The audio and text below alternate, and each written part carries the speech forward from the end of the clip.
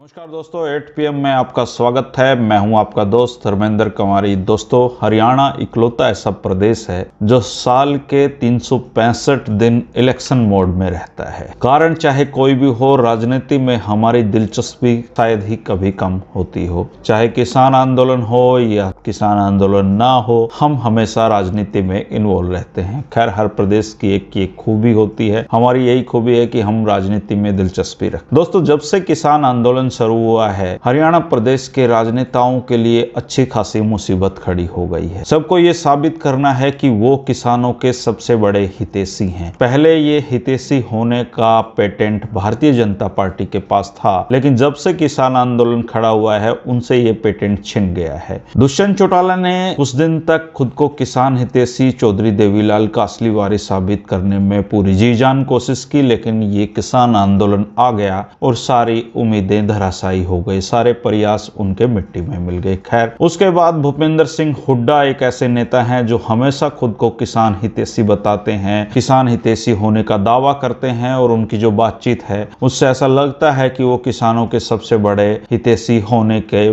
प्रयास कर रहे हैं। उनकी कोशिशें परवान चढ़ती रही, उनकी कोशिशें तेज होती रही, लेकिन टिकरी बॉर्डर पे, सिंगो बॉर्डर पे, गाजीपुर बॉर्डर पे शायद वो एक रात बिताने का साहस नहीं जुटा पाए। उनको लेकर जो उनके पॉलिटिकल विरोधी हैं वो ये भी कहते हैं कि जिस तरह अभय सिंह चौटाला ने इस्तीफा दिया है, जिस तरह अभय सिंह चौटाला ने इस्तीफा देकर एक नई लकीर खींची है, क्या भूपेंद्र सिंह हुड्डा ऐसी जहमत उठा सकते हैं? क्या ऐसा दुस्साहस वो कर सकते हैं, या फिर सत्ता में रहते हुए, विपक्ष के नेता बने रहते हुए ही वो ये कोशिशें करते रहेंगे? और तो और कुछ लोग तो ये भी कह रहे हैं कि किलोई हल्का जो उनकी सेफ सीट है, अगर बाई इलेक्शन होता भी है तो किलोई से तो वो जीत ही जाएंगे। क्या वो वहां से खुद का केवल अकेले का इस्तीफा देने की हिम्मत कर सकते हैं? बहुत सारे सवाल है दोस्तों। अब सवाल है अभय सिंह चौटाला का। अभय सिंह चौटाला की इकलौती इनेलो की एक सीट थी और उन्होंने वो उस पर इस्तीफा दे चुके हैं। इसमें किसी को भी शक नहीं होगा कि जब भी बाई इलेक्शन होंगे वो ये सीट जीत ही जाएंगे, और हो सकता है इसका मार्जिन ज्यादा हो पिछली बार से। अभय सिंह चौटाला के इस्तीफे के बाद हरियाणा की जाट बेल्ट में, खासकर जाट वोट बैंक में, किसान वोट बैंक में और इस वोट बैंक पे नजर रखने वालों में खलबली है। खासकर भूपेंद्र सिंह हुड्डा ग्रुप में इस बात की चर्चाएं बहुत जोरों पे हैं कि क्या अभय सिंह चौटाला का जो त्याग है, अभय सिंह चौटाला का जो कदम है, भूपेंद्र सिंह हुड्डा के 30 के सपनों में एक बाधा बन सकता है। क्योंकि जो पूरी देशवाड़ी बेल्ट है, जहां पे इनेलो लगातार कमजोर हो रही थी, जसपा की तरफ उनका वोट बैंक शिफ्ट हो गया था, वो वोट बैंक धीरे धीरे इनेलो की तरफ वापस जाता हुआ दिखाई दे रहा है। इतना ही नहीं, हिसार और भिवानी तक भी इसका असर है, और कुछ लोगों की बात माने तो ये असर लगभग पूरे हरियाणा में छिटपुट तरीके से देखने में आ रहा है। क्योंकि अभय चौटाला कम से कम इस इस्तीफे के बाद इतना तो खुद को स्थापित कर ही गए हैं कि किसानों के मुद्दे पे निर्विवाद रूप से आज वो सबसे आगे हैं। भूपेंद्र सिंह हुड्डा ग्रुप ने पहले उनके इस्तीफे को ये कहकर उनके जो प्रयास हैं उनको कम करने की कोशिश की कि ये तो सरकार का समर्थन कर रहे हैं। इसके बाद लोगों ने कहा कि चलो आप इस्तीफा दे दीजिए, तो ये प्रयास उनके सिरे नहीं चढ़े। अब जब बातचीत हो रही है इस मसले पे, हरियाणा की राजनीति में आने वाले समय में अभय सिंह चौटाला कितना डेंट भूपेंद्र सिंह हुड्डा के सपनों को लगा पाएंगे, ये तो वक्त बताएगा। लेकिन जिस तरीके से किसान उनको किसान रत्न और जैसी उपाधियों से नवाज रहे हैं, निश्चित रूप से भूपेंद्र सिंह हुड्डा खेमे में जो खलबली है वो बढ़ती चली जाए, और आने वाले समय में इसके परिणाम सामने आएंगे। इस पूरे मसले पे बातचीत करने के लिए हमारे बहुत ही वरिष्ठ साथी हैं अजय तिपलाठर जी, जो हरियाणा में काफी समय से पत्रकारिता में सक्रिय हैं। उनका ओपिनियन जानते हैं कि इस बारे में वो क्या कहना चाहते हैं। धर्मेंद्र जी, इसमें मेरा मानना ये है कि वो अभी तक एकमात्र ऐसे पॉलिटिशियन है, एकमात्र ऐसे नेता हैं जिन्होंने अपने पद का त्याग किया है, अपनी एमएलए से इस्तीफा दिया है, और अपने वादे के मुताबिक 27 जनवरी को वो बाकायदा गवर्नर से, विधानसभा अध्यक्ष से मिले, और विधानसभा अध्यक्ष को उन्होंने अपना इस्तीफा सौंपा। उनका इस्तीफा सौंपे जाने के बाद वो पूरे का पूरा केवल हरियाणा और पंजाब नहीं, वो राष्ट्रीय मीडिया की भी सुर्खियां बने। अब इसके बाद जब किसानों को, मेरा ये मानना है कि जब किसानों को ये लगा कि, और खास पंचायतों को ये लगा कि उनके लिए किसी एक आदमी ने अपने पद का त्याग किया है, इसलिए वो उनका सम्मान कर रहे हैं और वो उनको किसान रत्न या और जो भी उपाधि, जो जैसे कल मुहिम 24 में कार्यक्रम था, तो उस तरह की जो भी उपाधि है वो खाप पंचायत या किसान ही उनको दे रहे हैं। अच्छा। वो अगर किसान उनको बुलाएंगे किसी पंचायत में, कि क्या करने के बावजूद वो उनके बीच ना जाए। हरियाणा में उन्हें अपनी पार्टी के लिए बड़ी जमीन की तलाश है, और जिस मौके पे उन्होंने त्याग पत्र दिया है, निश्चित तौर पर उनका राजनीतिक फायदा उसमें जरूर होगा। लेकिन अब ये है कि किसान अगर बुलाएंगे या पंचायतें बुलाएंगी या खाप बुलाएंगी, तो मैं इसको गलत नहीं मानता, अगर वो अभय सिंह का सम्मान करते हैं तो। अच्छा, अभय सिंह तो ठीक है, दुष्यंत चौटाला जी कहाँ हैं आजकल? क्योंकि चाचा फुल बैटिंग पे हैं और दुष्यंत चौटाला खामोश हैं। देखिए, वो आज सरकार का हिस्सा है, वो बीजेपी की सरकार के पहिए बने हुए हैं, और उनके दम पे कहो आज बीजेपी के हरियाणा में सरकार चल रही है। मनोहर लाल की दूसरी पारी दुष्यंत चौटाला के भरोसे है। अब उनके साथ क्या किस तरह की मजबूरियां हैं और किस तरह का उनके पास फीडबैक गया हुआ है या नहीं गया हुआ है, वो तो देखो, इस सवाल का जवाब उस तरीके से तो दुष्यंत चौटाला ही दे सकते हैं कि वो चाचा से आगे निकलना चाहते हैं। अब उन्हें हो सकता है, उन्हें लगता हो कि वो राज चला के ही चाचा से आगे निकल सकते हैं, वो उनका अपना माइंड सेट है। अच्छा, एक और बहुत बड़े नेता हैं भूपेंद्र सिंह हुड्डा जी, जो किसानों के काफी बड़े हितैषी होने का दावा करते हैं। तो क्या उनसे अब ये उम्मीद की जा सकती है कि वो राज्यसभा से दीपेंद्र जी का इस्तीफा दिलवाएंगे, या चलो 31 विधायकों में से तो छोड़िए, क्या वो किलोई तो उनकी सेफ सीट है, क्या वो इस्तीफा दे सकते हैं किलोई से? धर्मेंद्र जी, आपने बहुत बड़ी बात कही है। देखो, हुड्डा परिवार जो है वो सत्ता सुख भोगना जानता है, वो संघर्ष वाला परिवार नहीं है। धरातल पे संघर्ष उन लोगों ने नहीं किया। गॉड गिफ्टेड उनको सत्ता मिली थी। इलेक्शन 2005 का पाई में लड़ा गया था, लेकिन भजनलाल को कुर्सी देने की बजाय तमाम धड़े भूपेंद्र हुड्डा पर सहमत हुए, जिसका कहीं कोई दावेदारों में भी नाम नहीं था, जिसने विधायक तक का चुनाव नहीं लड़ा था, और उसके बावजूद सत्ता उन्हें मिली, और वो भाग्य दो पारी उन्होंने ली। लेकिन आज जब कांग्रेस हरियाणा का मुख्य विपक्षी दल है और 30 विधायक उसके पास है, कांग्रेस के पास उस एक विधायक की सदस्यता जा चुकी है, कांग्रेस के एक विधायक की 88 की विधानसभा है, जिसमें से 30 कांग्रेस के पास है।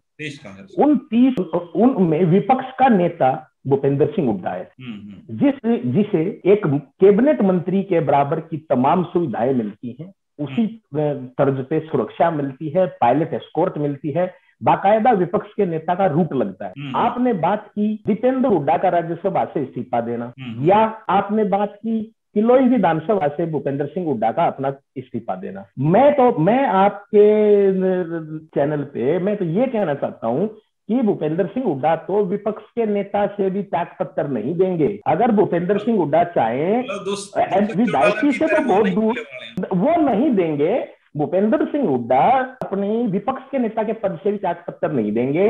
वो किसानों के समर्थन में ढोंग चाहे कितना भी करें, लेकिन किसानों के समर्थन में भूपेंद्र हुड्डा सरकारी सुविधाएं छोड़ने की घोषणा तक नहीं करेंगे। चलो, वो विपक्ष के नेता से त्याग पत्र ना दें, लेकिन वो सरकार को लिखित में ये तो दे सकते हैं कि जब तक किसानों की मांगें नहीं मानी जाएंगी, मैं किसी भी तरह की सरकारी जो सुविधा है उसका परित्याग करता हूं, उस सरकारी सुविधा को नहीं भोगूंगा। वो उसमें चाहे वो सिक्योरिटी भी आ गई, चाहे वो सरकारी गाड़ियां भी आ गई, एस्कॉर्ट पायलट भी आ गई, क्योंकि भूपेंद्र हुड्डा इतने हरियाणा के इतने सक्षम नेता हैं कि वो सारे खर्चे अपनी जेब से उठा सकते हैं। लेकिन जो सरकार का, जो टैक्स पेयर का पैसा जिसके ऊपर नेता गुच्छर्रे उड़ाते हैं, तो वो भी बिल्कुल उसी डर्रे पे हैं, और वो अपना विपक्ष के नेता की कुर्सी या सरकारी सुविधा वो किसी का भी परित्याग नहीं करने वाले। अच्छा, एक चीज मैं लाठर जी, जैसे हम बहुत साल से हरियाणा के पॉलिटिक्स पे आपकी भी काफी नजर रहती है, तो जैसे अभय चौटाला ने इस्तीफा दिया है, क्या आपको नहीं लगता है कि भूपेंद्र सिंह हुड्डा खेमे में इस बात की खलबली है? बिल्कुल खलबली है। मैं आपको बताऊं,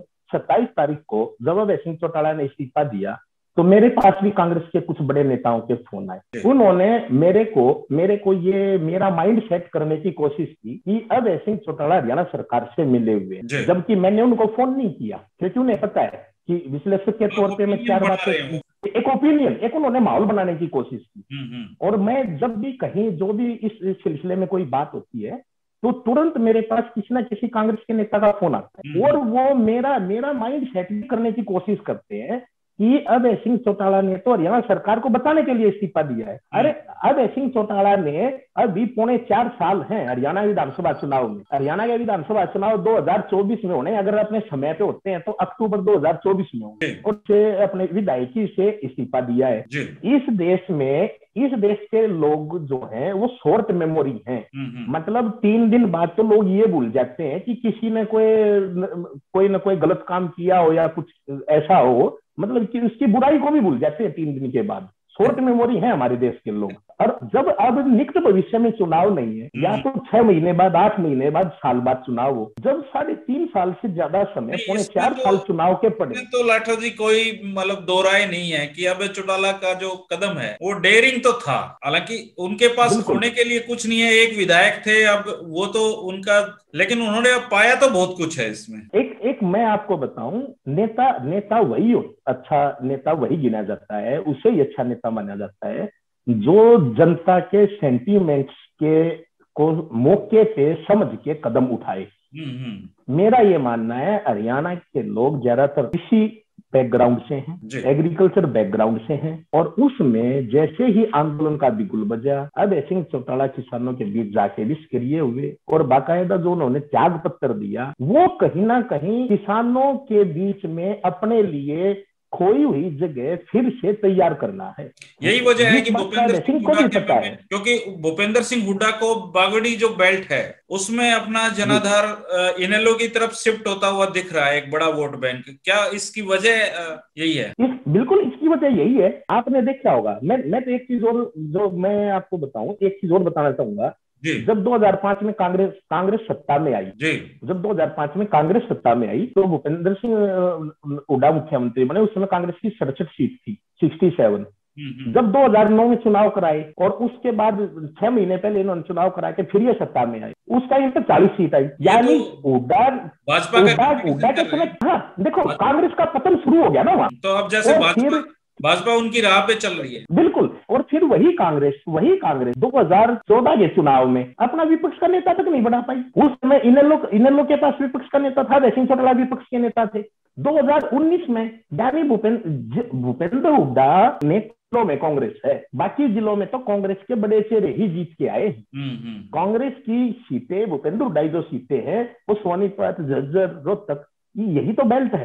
इस बेल्ट से बाहर कहाँ है? और ये कांग्रेस नहीं, ये हुड्डा कांग्रेस है। अपने परिवार का और पार्टी का अपने परिवार का फायदा किया और पार्टी का नुकसान किया, इसके अलावा उन्होंने कुछ नहीं किया। अच्छा, खुद देखो, जो आदमी अपने राष्ट्रीय शीर्ष नेतृत्व के खिलाफ हस्ताक्षर करने वालों में शामिल हो, जो आदमी राज्यसभा की समझी साजिश के तहत अपनी पार्टी के समर्थित उम्मीदवार की बजाय दूसरे के पक्ष में वोट डलवाई होगी, तो ये तो एकदम साफ है कि उन्होंने कभी भी कांग्रेस को बढ़ावे के लिए, कांग्रेस के फायदे के लिए काम नहीं किया। उन्होंने कांग्रेस को नुकसान पहुंचाने के लिए, अपने परिवार को मजबूत करने के लिए काम किया। लाठा जी, क्या हम ये मान के चलें कि जो हुड्डा खेमा है वो अब अभय सिंह चौटाला पे ज्यादा हमलावर होएगा? बिल्कुल होगा।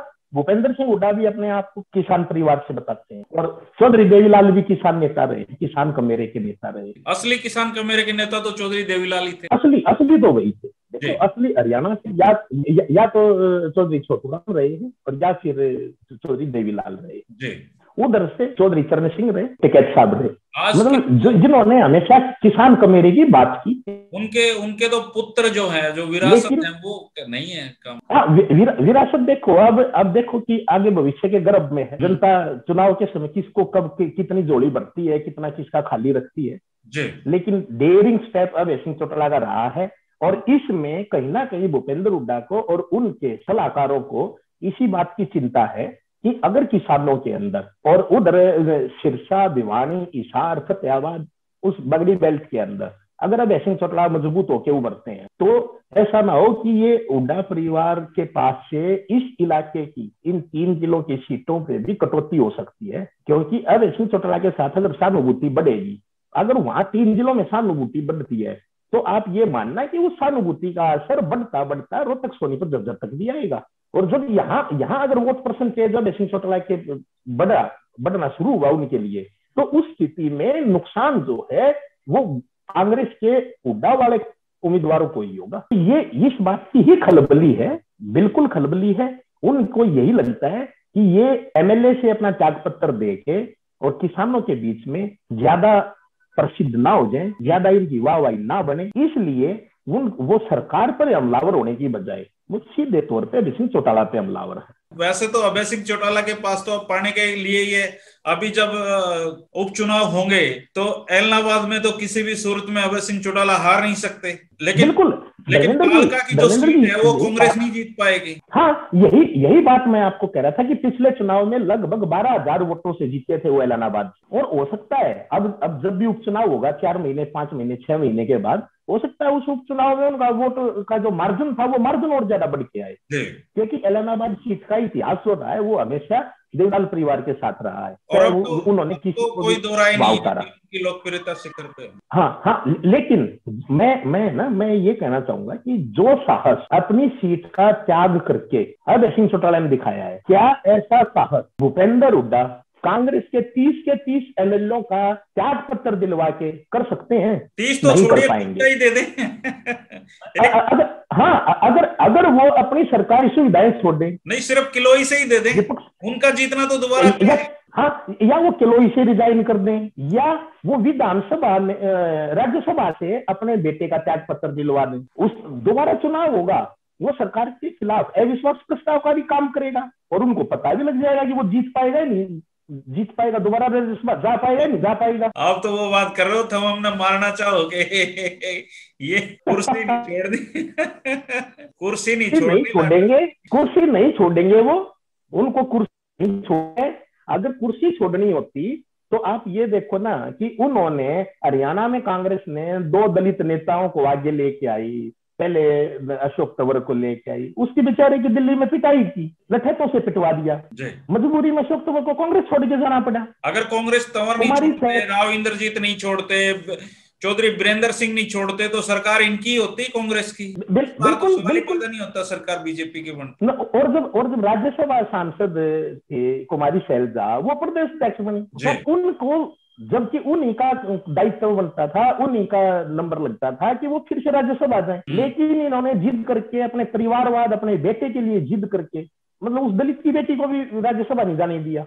तो कहां से कांग्रेस का भला करने वाले लोग हैं ये? सही, ठीक कह रहे हैं आप। इनको ना किसानों के मुद्दे से मतलब है, हमेशा उसकी सत्ता में बाधा अंदरूनी राजनीति ही बनती है। बिल्कुल, ना इनको किसानों के मुद्दों से मतलब है, ना इनको प्रदेश के विकास से मतलब है, ना इनको कांग्रेस के बढ़ावे से मतलब है।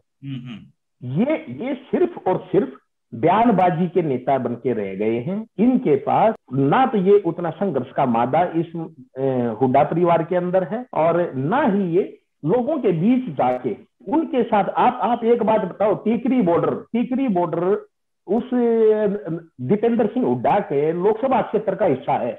कितनी रात दीपेंद्र हुड्डा किसानों के बीच जाके वहां लेटे हैं? एक भी रात नहीं। या भूपेंद्र हुड्डा के विधायक जहां से जीत के आते हैं, टिकरी बॉर्डर उस हिस्से में आता है, और सिंघू बॉर्डर जो है, सिंघू बॉर्डर वो इलाका है जहां भूपेंद्र हुड्डा 2019 का लोकसभा चुनाव लड़के आ रहे थे। भूपेंद्र हुड्डा और दीपेंद्र हुड्डा अगर किसानों के सच्चे समर्थक हैं तो वो ये इस बात का जवाब दे कि अब तक 75 रात से ज्यादा हो चुकी है किसानों को सड़क पे सोते हुए। उनमें से कोई एक रात ऐसी बताए जब वो किसानों के बीच जाके सोए हो, उन्होंने उनकी दुख और तकलीफ को समझने की कोशिश की हो। वैसे अटल जी, आप और मैं बॉर्डर पे गए हैं, ट्रॉली में सोना बहुत ही मुश्किल काम है। बिल्कुल, जो लोग मखमली गद्दों पे सोते हैं वो ट्रॉली में नहीं सो सकते। हाँ, नहीं सो सकते, ट्रॉली में नहीं सो सकते। रोड के सड़क के ऊपर आप एक सिंपल 1 इंच फोम का गद्दा बिछा के उस पर नहीं सो सकते जी। और जहाँ इतनी सर्द रात, जहाँ 1 डिग्री टेम्परेचर है, पिछले दिनों 1 डिग्री 1.5 डिग्री भी टेम्परेचर रहा है, तो इतनी सर्द रात में जब सर्द हवाएं चलती है उसमें कोई सो सकता है क्या? मतलब कहने का आपका निचोड़ ये है कि अभय चौटाला के कदम के बाद भूपेंद्र सिंह हुड्डा खेमे में जो खलबली है वो अभी जारी रहेगी जी। और ये राजनीति आगे है ना, और करवट भी जी अंदरूनी सूत्र इस तरीके इशारा कर, कुछ लोग जो अभय सिंह चौटाला को छोड़ के गए थे वो हो सकता है आने वाले दिनों में, अगले कुछ दिनों में, वो हो सकता है उनमें से हरियाणा के कोई 1-2 ऐसा चेहरा हो सकता है इन में वापिस भी आ जाए। कुछ चल रहा है, अंदर खाने, बाकी देखते हैं। ये सब भविष्य गर्भ में, क्योंकि राजनीति भावनाओं का ही दूसरा नाम है। शुक्रिया लाठा जी, बहुत महत्वपूर्ण विषयों पे बातचीत की है, हम लगातार चर्चा करते रहेंगे राजनीतिक विषयों। धन्यवाद रविंद्र जी, समय निकालने के लिए धन्यवाद।